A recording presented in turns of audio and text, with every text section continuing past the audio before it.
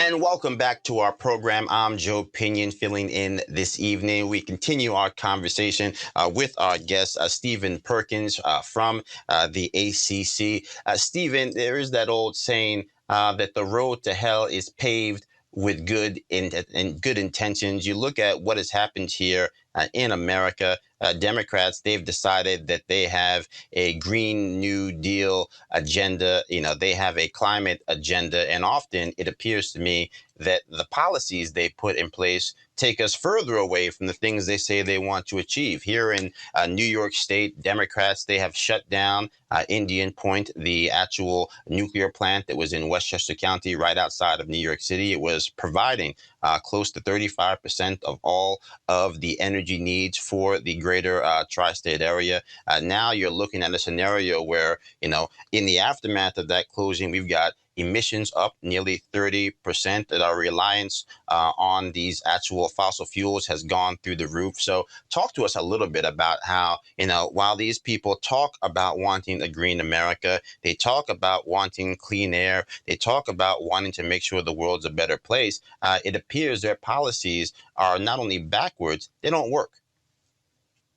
Yeah, and it's really concerning, right? Because when you ask one of these progressive activists who support the Green New Deal, why are you anti-nuclear energy? You typically don't have a very fact-based conversation, because the reality is that, I mean, sure, nuclear, just like any other energy source, has its challenges, it has its potential dangers, but you're talking about a source of emissions-free energy that provides baseload power. And I think that's what a lot of people in the climate space sometimes forget, is that it's great to have wind, it's great to have solar, but they don't provide the bulk of power, baseload power, that nuclear can provide, that oil and gas provides, that coal provides. So if you're serious about reducing emissions, if you're serious about Americans being able to keep the lights on, heat and cool their homes, you have to be serious about nuclear energy. And it's not often we can draw that fine of a line in the sand, but I feel comfortable doing it. There's a real hypocrisy in saying I care about the planet, but I'm going to spread misinformation about nuclear energy, shut down power plants just because they needed, a couple of upgrades, and could have gone on for a decade or so. And also not embracing the new generation of nuclear technology. It's a real missed opportunity. Well, I think also if we just look at just reality, right? Most people on the left, they'll scream and they'll bang a table about how Republicans and President Trump wanted to get out of the Paris Climate Accord. Meanwhile, I remind people that it was the nation of France that was found guilty in a Paris courtroom for violating the terms of the Paris Climate Accord, to which there was actually no actual outcome because it was a toothless piece of paper. There was no mechanism to actually have any type of enforcement for nations that did not abide by it, including the nation where the agreement was signed. And so when you look at it from that perspective, and also the perspective of the fact that over 87%, close to 90% of all the energy in France does come from nuclear energy, you put those two things together. Yes, okay, you want to be like France, great, but you're not doing anything that France does when it comes to making sure that you can have nuclear energy as a driving force to ensure that America remains a preeminent force for domestic energy production, and more importantly, is energy independent once again.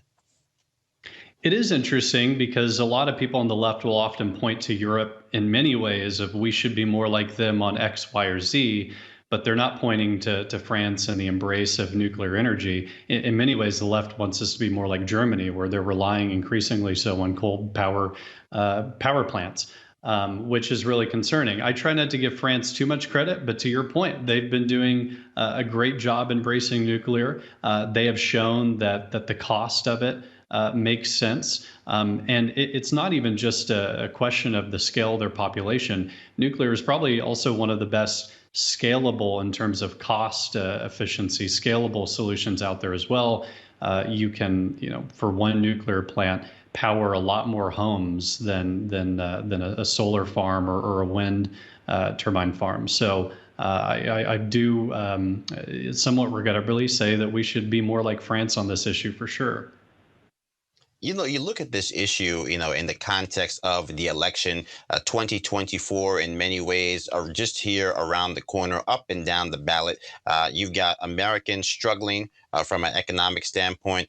We've got auto defaults through the roof, personal credit card debt through the roof. We've got inflation that is outpacing wage growth. And so if you're looking at, are there opportunities to have what we refer to as shovel ready jobs? Are there ways that we can, again, start talking about energy through that prism? When you see that the progress is being made on trying to retrofit coal plants to try to have geothermal energy, the opportunity to try to have things like hydroelectricity, harnessing the power of our rivers and oceans to try to provide for some of those energy deficits and get energy at a cheaper level. There is an opportunity to empower Main Street financially and also power America's future. Do you feel like there's an opportunity for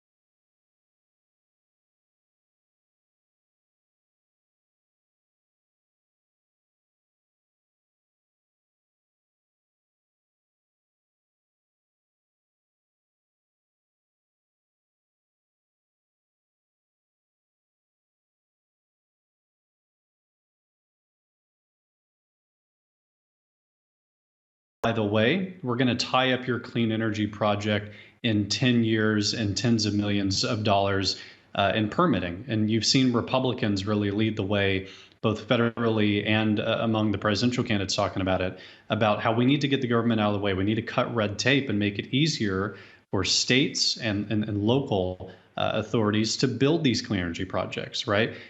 Truly tap into our 50 labs of democracy around our country and let California do their experiment, let Texas do their experiment, and see who comes out on top. That's the kind of competition we need, and that's the message that a lot of Republican candidates have been embracing, should be embracing a lot more.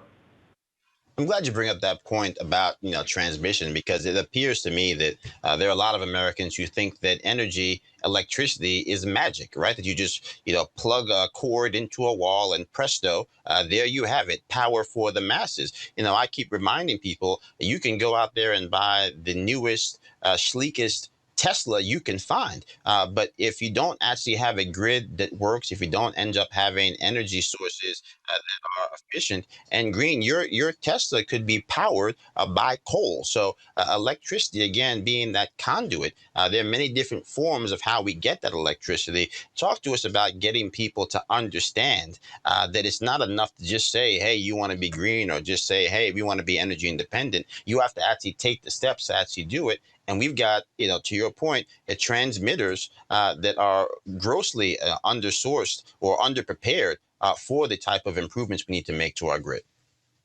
Yeah, I think the majority of Americans, when they make those switches, when they go to the electric vehicle, they're doing so with the right intentions. But to your point, because of the way that the government has stacked the deck against actually cleaning up our act, they are getting their energy from dirty sources potentially, right?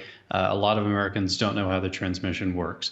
I think that's where permitting reform becomes even more important, is to get those things built. Transmission lines, this is going to be something that takes quite a few years and quite a few billions of dollars to get done. But I think in terms of infrastructure investments, not just for the security of our grid, but for economic opportunity that it brings, for the benefits that it brings to cleaning up our energy supply, it's going to be massive. But what I also want to highlight is that the beauty is that a lot of these clean energy projects and transmission projects, they happen in more rural communities. Those are typically more conservative Republican voting communities. And so there is an incentive for Republicans in Congress, in the House and the Senate, to support these measures, because it's going to end up benefiting their constituents. So that's an important point as well. It means jobs.